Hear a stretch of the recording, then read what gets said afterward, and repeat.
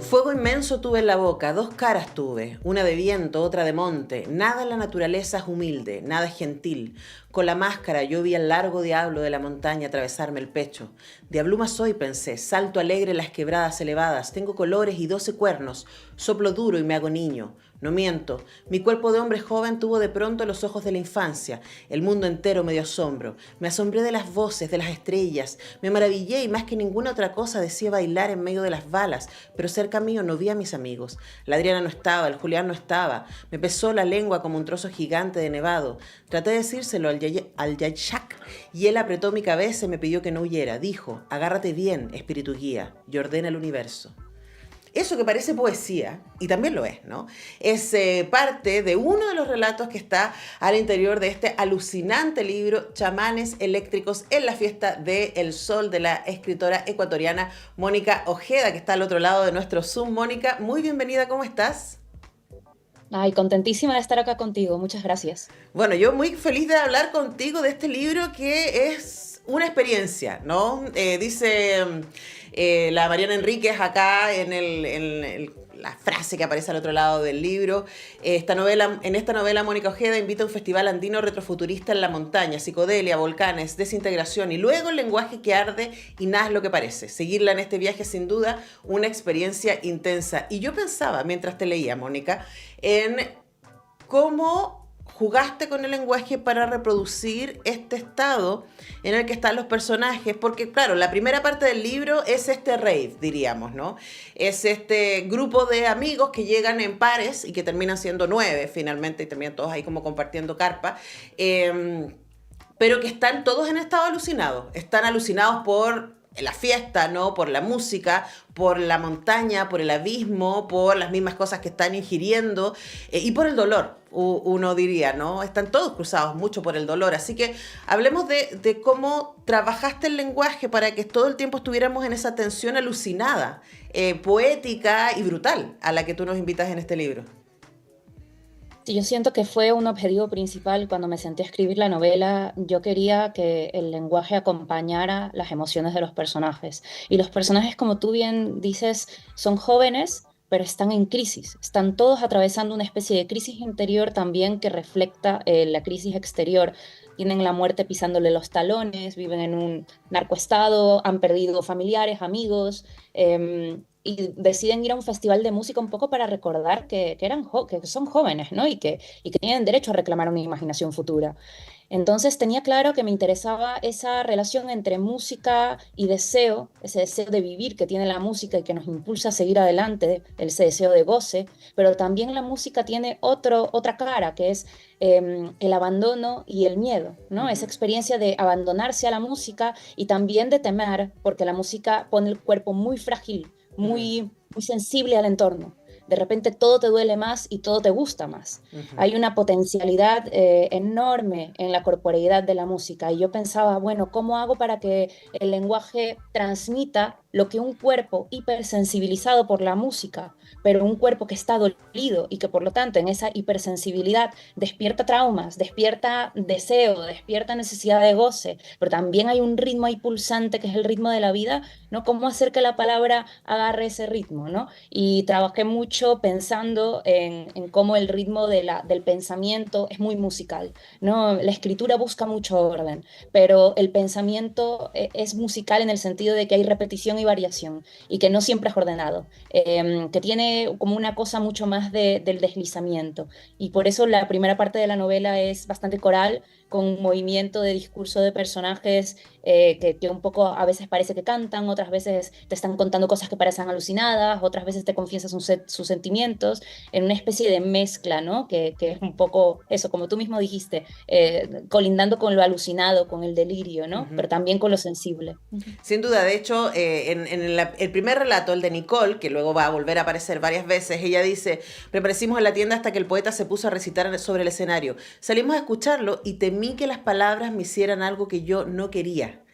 algo como cuando escuchas una canción y se te ponen los pelos de punta y lloras, pero no de tristeza, sino de una emoción incomprensible. Y me pareció muy curioso cuando leí esto, Mónica, porque yo vení el fin de semana, además de tu libro, estaba leyendo el último libro de Marcela Serrano, que son notas, de alguna manera biográficas o no, y ella dice algo parecido de la música desde un lugar absolutamente distinto. Dice como algo como de la música no puedo huir. La música me trae emociones que no puedo hacerles el quite, que no puedo racionalizar, están ahí de alguna manera, ¿no? Pero estos cuerpos sensibles que llegan ahí, se exponen a la música, se exponen también buscando, como tú dices, huir de la violencia. Y claro, parte de tu trabajo ha sido considerado como parte del neogótico latinoamericano. Y uno podría decir, bueno, esto es un poco de ciencia ficción, es retrofuturista, porque está ambientado en el año 550 del calendario andino, el ruido solar, que es este festival, ¿no? Pero el 550 del calendario andino, según yo estuve investigando, es como en 20 años más, tampoco es muchísimo año más, ¿no? Entonces, hablemos también de ese futuro que nos pisa los pies y que tiene que ver con la violencia, que tiene que ver con el narcoestado, que tiene que ver con el no sentir seguridad, digo, hogar, más bien en eso estoy pensando. Sí, total. Yo, mira, cuando estaba escribiendo la novela estuve leyendo muchísimas cosas sobre música y una de las cosas que más me atrajeron o me llamaron es esa vertiente oscura de la música que tiene que ver con la introspección y con el viaje chamánico. Es decir, nosotros cuando pensamos en los viajes chamánicos pensamos en estos seres que tienen contacto con lo sobrenatural, estas personas que tienen contacto con lo sobrenatural, son capaces de tocar eso sobrenatural y regresar al mundo real para hablarnos de ello, salir y entrar como si fuera a entrar por una puerta y salir por Ujú. la otra, ¿no? Pero la música tiene mucho de eso. La música toca un lenguaje del cuerpo que es antiguo, que es arcaico, que es muy esencial, pero muy complejo a la vez, y que no necesita ni del sentido, ni de las palabras, ni del significado. Es decir, no necesita de esos espacios con los que nosotros nos narramos el mundo. El cuerpo es y siente antes de que nosotros le pongamos las palabras a esos sentimientos y a esas experiencias del cuerpo. Digamos, ese espacio anterior que conecta precisamente con lo oscuro, porque nosotros siempre creemos que es el lenguaje el que ilumina, la palabra, quiero decir, la que ilumina, y pensamos en los otros lenguajes, los que no están poseídos de sentido y de significado, los pensamos como oscuros. Por eso pensamos el lenguaje del cuerpo como un lenguaje oscuro. El sexo nos problematiza, nos conflictúa, las fiestas se hacen de noche normalmente, ¿no? Y piden la oscuridad. No hay una cosa que tiene que ver con poner el cuerpo, digamos, a los pies de otros sentidos. Y de hecho la novela comienza con una cita de Nietzsche que dice que el oído es el órgano del miedo, Ujú. ¿no?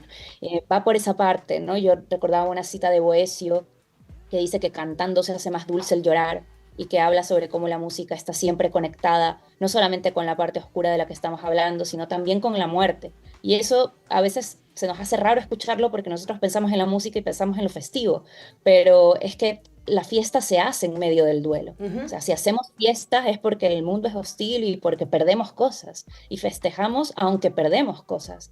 Celebramos la vida en medio de que sabemos que la vida es frágil y vulnerable, ¿no?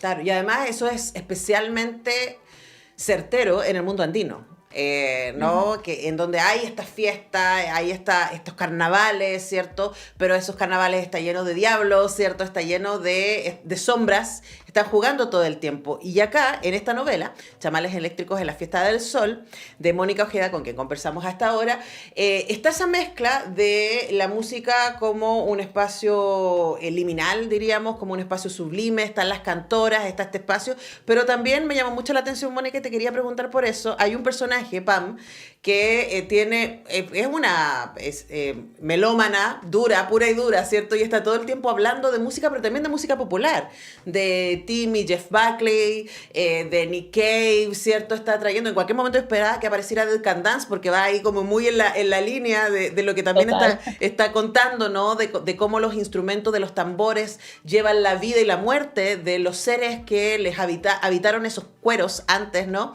Entonces preguntarte por esa mezcla, por querer invitar a los lectores y lectoras a tener este viaje con los protagonistas, pero al mismo tiempo que el viaje es espiritual y es fantástico de alguna manera, pero que también está muy centrado en nuestro mundo y también tiene una base popular que es súper importante.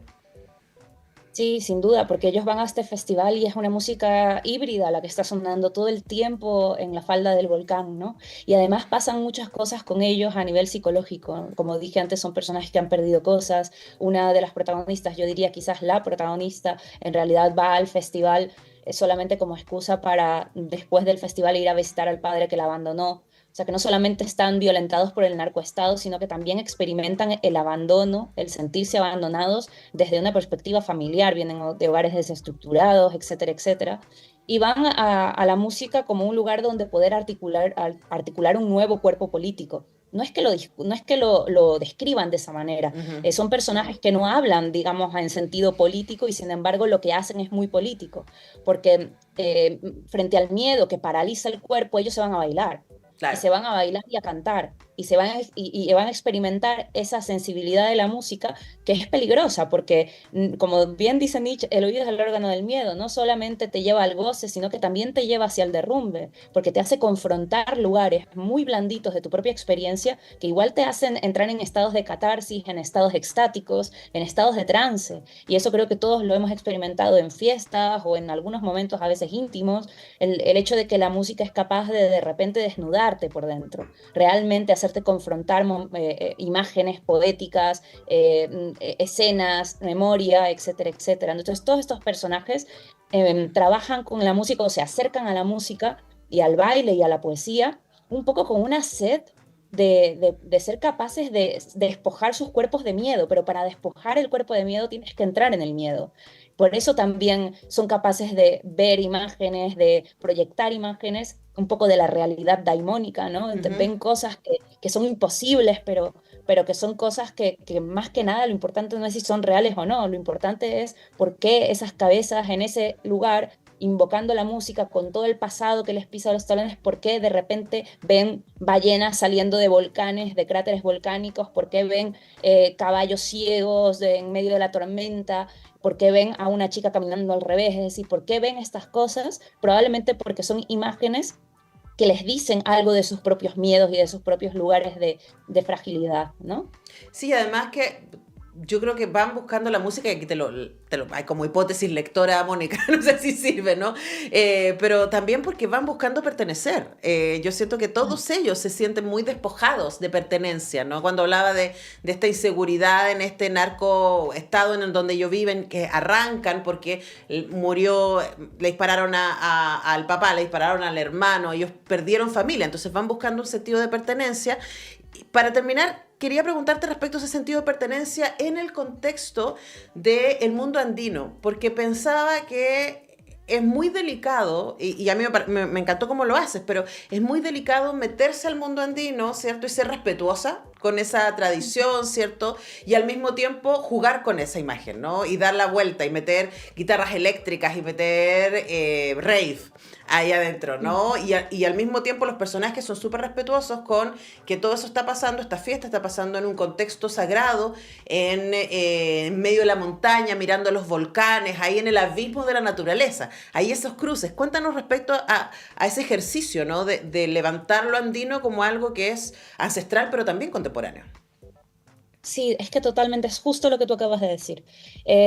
Viene de entender que cuando hablamos de las culturas andinas, que además son muchas, muy diversas, ya solamente pensando en Ecuador, hay varias culturas andinas Ujú, que tienen particularidades distintas entre sí y luego cosas en común.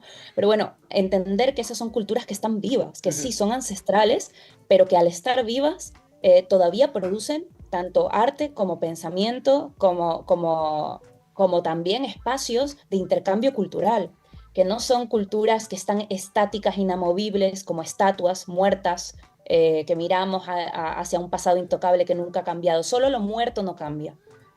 Lo que está vivo está todo el rato moviéndose, conectando con otras cosas. Entonces, el mundo andino que yo conozco, que es el mundo andino que trabajé dentro del festival, es este mundo que es andino, pero también es mestizo y que también está ya conectado con la contemporaneidad. Entonces convive lo ancestral con todo lo contradictorio de las culturas contemporáneas. Ujú. Porque son a veces culturas que se contradicen las unas a las otras y sin embargo conviven. Y ese choque, esa especie de choque que se visualiza para mí en la novela con el baile del pogo, la gente de repente Ujú. empujándose mientras baila, etcétera, etcétera, pero que representa un poco la contradicción de la propia existencia, ¿no? Como decimos que los mitos son un poco el intento narrativo de reconciliar lo que en realidad es contradictorio e irreconciliable de nuestras existencias. Son intentos fallidos porque nunca se puede reconciliar lo irreconciliable, pero todo el rato narrativamente estábamos tratando de hacerlo. Entonces Ujú. yo me acerqué a la cultura andina siempre desde esa idea de que el pensamiento es capaz de tocar, pero también capaz de pedir permiso para tocar, ¿no? O Mm. sea, pensando respetuosamente, con una distancia, como habla Simone Weil, una distancia de respeto, es una distancia de respeto, pero también de acercamiento, ¿no? En ningún lugar, por ejemplo, quise hacer un intento neoindigenista Ujú. y ponerme a hablar por el indígena o por la indígena, por la runa, ni por el yachak, ¿no? Como tomé personajes andinos mestizos, personajes incluso de Guayaquil, que es de donde yo vengo, y los puse en un contexto andino, como yo también he ido a contextos andinos de mi propio país siendo costeña, ¿no? Entonces, siempre desde un conocimiento muy situado, ¿no? Sabiendo muy bien con qué personajes me metía, por dónde no tenía que ir, por dónde sí, porque podía hablar con propiedad sobre esto, por dónde no, porque podía herir sensibilidades, no Ujú. tenía eso todo el tiempo en mente. Sí, bueno, y eso se nota, ¿no? Es muy interesante eso de pensar que el lenguaje, como dices, toca y pide permiso para tocar y también señala el abismo. Y dice, aquí, Ujú. hasta acá llego y lo estoy mirando, pero se cruza, ¿no? Bueno, yo solo me alcancé a quedar con la primera parte. Imagínense la riqueza de este libro, pues solo hablamos del rave, y luego están los cuadernos del Bosque Alto y ahí está la filosofía de el padre, ¿no? De Noah, que es este sujeto que andan buscando todo el tiempo, pero bueno, no alcanzo. Denle una mirada al libro y váyanse de viaje, ¿no? Es un viaje bien alucinante, muy original, de verdad, Mónica. Yo te celebro mucho porque es muy raro encontrarse con un libro que trabaje este lenguaje y que cree este tipo de mundo, que no es un mundo al que estamos acostumbrados a acercarnos, tampoco desde la literatura. Así que Chamanes Eléctricos en la Fiesta del Sol de Mónica Ojeda. Gracias, Mónica, por hablar con nosotros. Gracias a ti. Un abrazo. Un abrazo. Nosotros tenemos que ir a la pausa y ya regresamos con más semáforo.